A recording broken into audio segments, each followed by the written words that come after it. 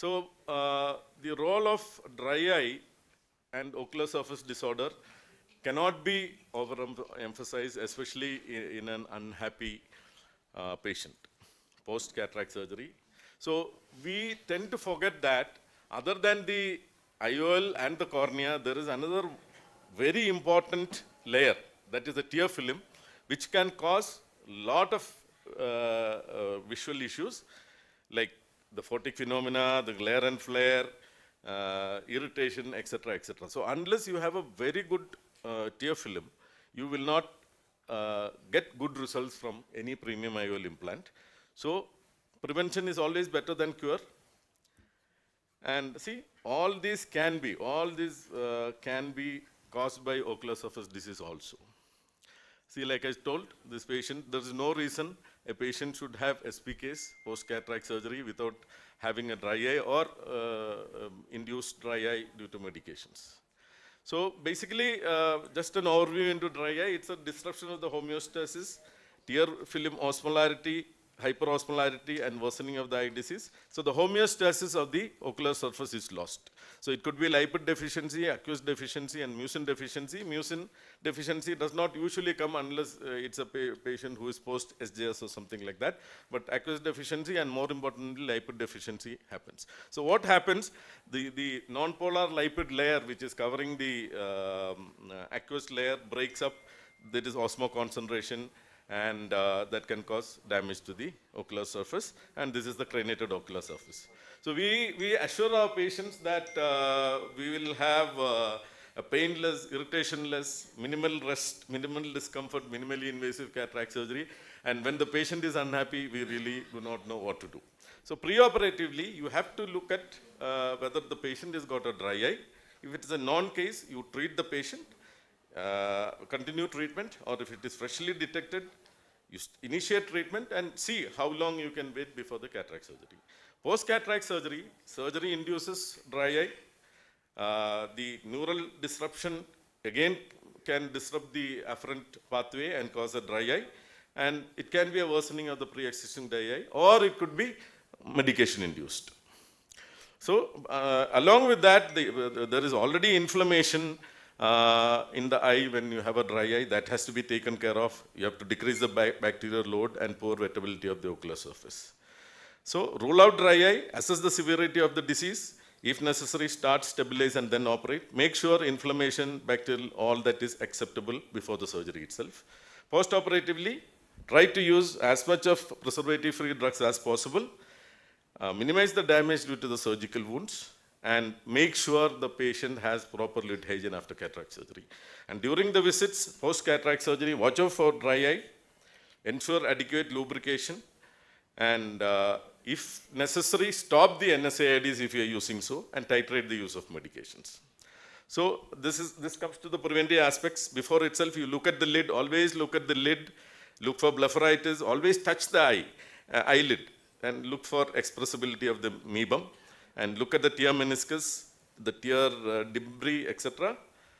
And T-BUT will be one of the most important tests you can do on an OPD basis. Before you do any other test, you should do this. It should be without anesthesia, without touching the eye for any other this thing, and 3 checks. And if you think below, if it is 5 or below, then that means he has got a dry eye and he needs investigation. So this should happen before you touch the eye for any scan or any other procedure. So you can also use non-invasive tear breakup time using video keratoscopy, etc. And another important thing as part of the armamentarium is to check for the lacrimal gland function.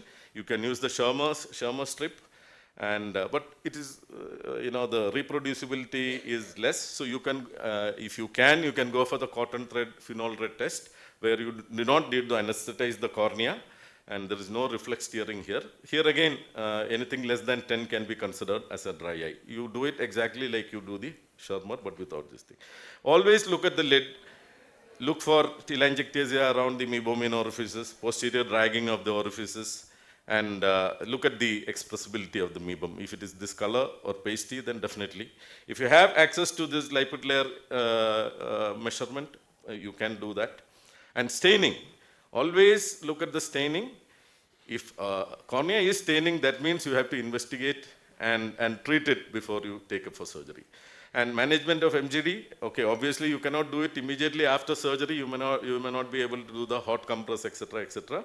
But you can use omega-3 fatty acids. So that will definitely improve the quality of the mebum and the synthesis of the mebum. And always we have to start the patient on lubricants. You can use anything from cellulose esters to povidone, but nowadays hyaluronic acid has this anti-Newtonian properties, which just means that it will stick on to the epithelium which is unhealthy. And adding carbomers also will help in that. So basically it should contain hydrocolloids, ideally the ones which contain lipid components like the Cysteine Complete or the Lateral Ultra will be really useful. Petrolatum base post-operatively may not be a very good idea. Osmoprotection is another fantastic idea. So basically here the cells are already damaged, especially if you have an SPK. So here the more the damage, the more osmo concentration. The channels, these osmoprotective molecules will fight against sodium and prevent entry. If sodium enters more, then you have dehydrated cells and crenation. So these will fight with the sodium and prevent further damage. And glycocalyxomimetic things like HP-GUAR will help the molecule to stick on to the damaged epithelium. In certain cases, we will have to start cyclosporins or corticosteroids if necessary.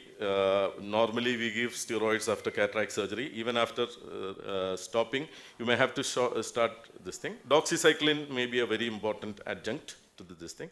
So to sum up, please treat any baseline contributing factors like blepharitis. Use artificial tears before and after the surgery if necessary. Oral tetracyclines and topical steroid short pulse. And extrasterile precautions to be followed. Lid margin cleaning, maintaining cornea throughout the surgery wet. Allowing the cornea to dry up during surgery is another important thing. Proper wound construction and minimal trauma to this thing. And post-op, insist on lid hygiene, advanced lubricants, carefully watch the ocular surface, titrate the drugs, and timely intervention whenever needed. Thank you very much. Thank you, Dr. Sony, for that excellent presentation on